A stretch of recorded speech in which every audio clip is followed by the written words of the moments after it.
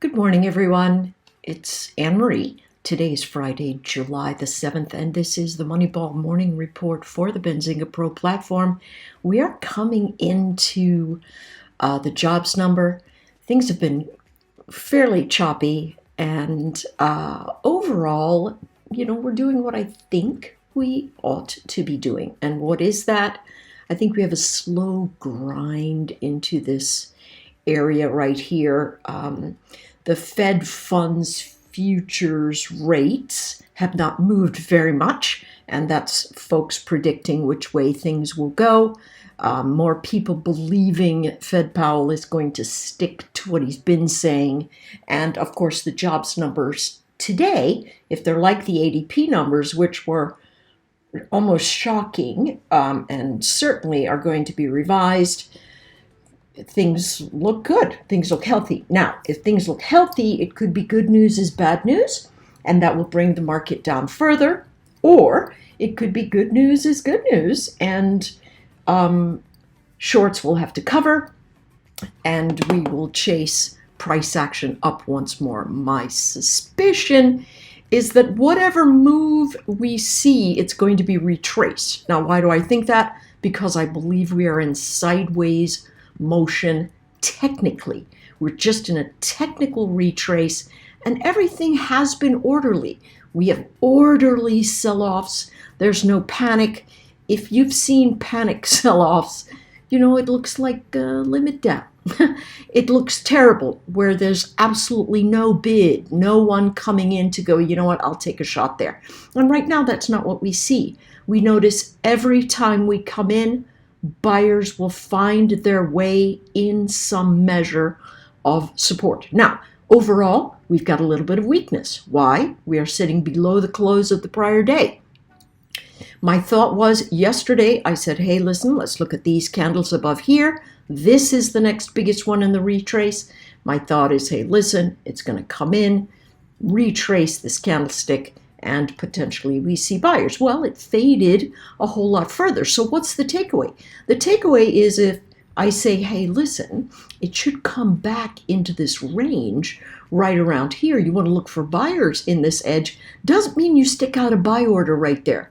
What it means is you wait, watch the players come in, see what they do, and then decide if you're going to pick up a buy order on the move up above these areas. Now notice, if you had done that and you were only looking for longs, really it was a tiny snapback trade.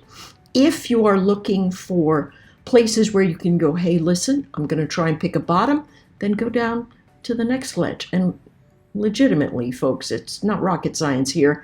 I'm going to the places where I see heavy congestion. I'm drawing a line where I can see either a wick, the edge of a wick, the close, the open, or anything like that, all combining at the same time, because those levels matter, right? It shows where supply gets cut off or demand gets cut off every single time. And those are the areas that we need to rewatch. Now we're in a very tight zone here. That's because of what's coming with the news. And we should still be, well, maybe we'll be finished recording and I won't be so long-winded by the time we get through everything, and we'll see where all it's going. We do have some kind of negative drift. We've had lower highs and lower lows for 3 days, but we did jump well off the lows early to close above a critical zone. And really, closing above this area is nothing but just letting a little bit of steam off of, that pot that might be cooking here, whatever it happens to be. Remember, price is going to ultimately tell you who's right and who's wrong about everything. And so let's just watch that and leave the smarter people to figure out, hey, once this happens, this is what's going to happen further from there, and we'll just stare down price. Okay, that being said, still chopping around here, waiting for the catalyst of the news of the number. Let it go.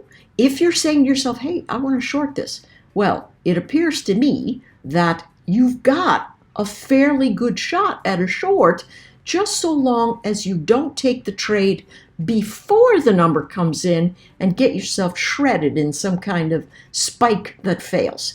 Okay? If you think it's going to be a short, wait for the number and then watch the chart fade. Right now, 44.50 looks like that line in the sand where all the stops are going to have to buy to cover.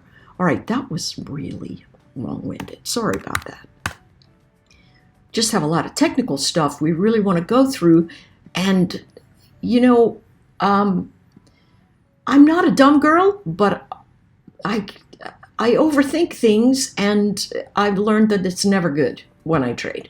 Never, ever, ever, ever, ever, ever good when I trade. So, again, what are we looking at? We're looking at sellers having the strength. Take a look at the retracement. Look at where this stopped. Right there at that 15,000 number. This is the exact same thing that I did yesterday. I've added no new levels. This is exactly where it came in. These are the things you have to watch. Where did it open? Where did it close? Where was there a wick that said, I'm going to reverse directly from here? And really stare down those levels to get yourself trades. Good grief, my other system just fell asleep. And do your thing. Today, 15,240 maybe, 245. That's where the majority of the sellers are going to have to go, oh, geez, I got to buy the cover up above there, and it could squeeze. Other than that, because we are beneath the close and all the bounces into the pre-market have sold, the sellers have a little bit of an upper hand. The flip side is we don't have lower lows. And so that is going to be the thing. My thought is maybe it ends up being a nothing burger. Maybe it's a doji that we end up getting on the day. Let's take quickly that look at oil. I believe that oil is in some sort of congestion zone. This is where I suspect sellers should come in. So again, selling pressure here. If we come in, just like we've seen this, selling pressure here to sell off from yesterday morning, selling pressure here this morning. Now we're sort of stalling here. Obviously, if you went short at the top where you were looking at these numbers, here you need to take some profit. Why? Because we're stalling. And so if we're stalling here, it means, hold on, there could be, one, a reversal or a continuation. If it's a reversal, you've taken some profit off the table and now your stop can be close to break even. If it's a continuation, you still have half of your position. Listen, making money in the market doesn't have to be eating an elephant at one sitting. You make it small points at a time. All right, so really that's what we're looking at. 71.42, that number's been kind of squishy. Last 2 days we've really cut straight through it. So I don't really like that number anymore.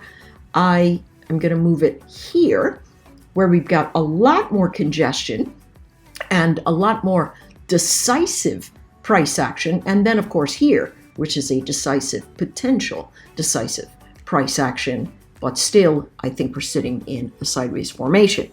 Next thing, we're going to see a lot of currency moves in the next little bit. It's going to affect gold. My thought is any bounce that gold has is a sell zone.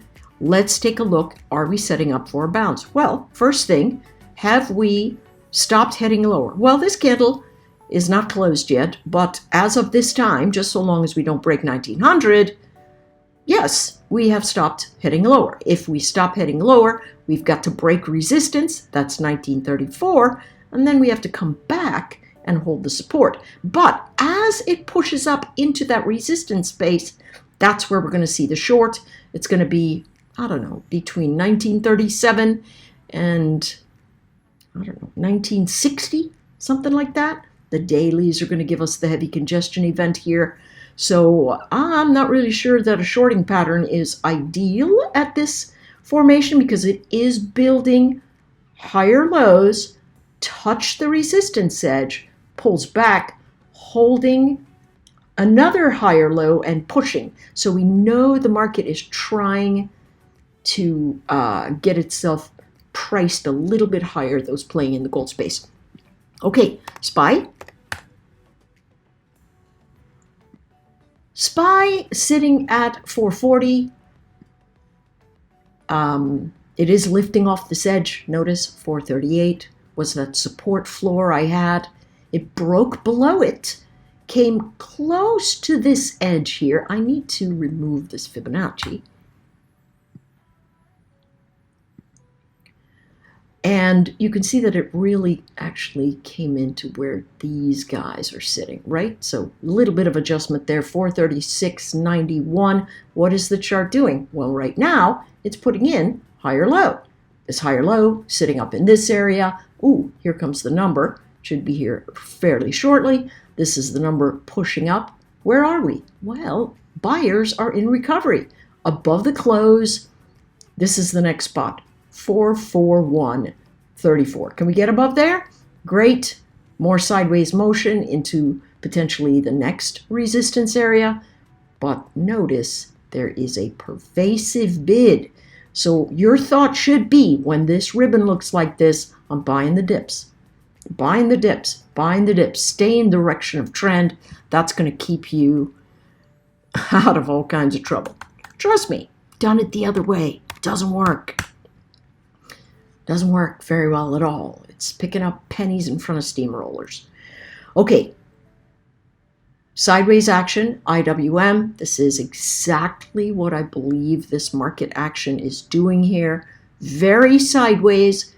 Could easily bounce because there is a pervasive bid under the market. But the bounce into potentially 185 should give us resistance pressure. Right now, traders are trying to get up above this 183 area and into the open of yesterday, which is going to be 184.50. All right, just before we say goodbye, let's take a look. Golly, I've been talking way too long. Let's see what we've got. 44.50. You know what? Up in this area, we're going to see some sellers, although Bookmap shows a monster group waiting up there. I have no idea if they're still up there or not, but there was a monster group waiting up there to sell. So we shall see if we get up over those 44.50 numbers. Listen, this is really a holiday week. A lot of people aren't trading with size. It's very messy. I've seen a lot of folks just go, man, I wish I'd taken the day off. The market is a buffet. Open all the time. You don't have to rush it. All right? Good luck trading, and I'll see you all on Monday.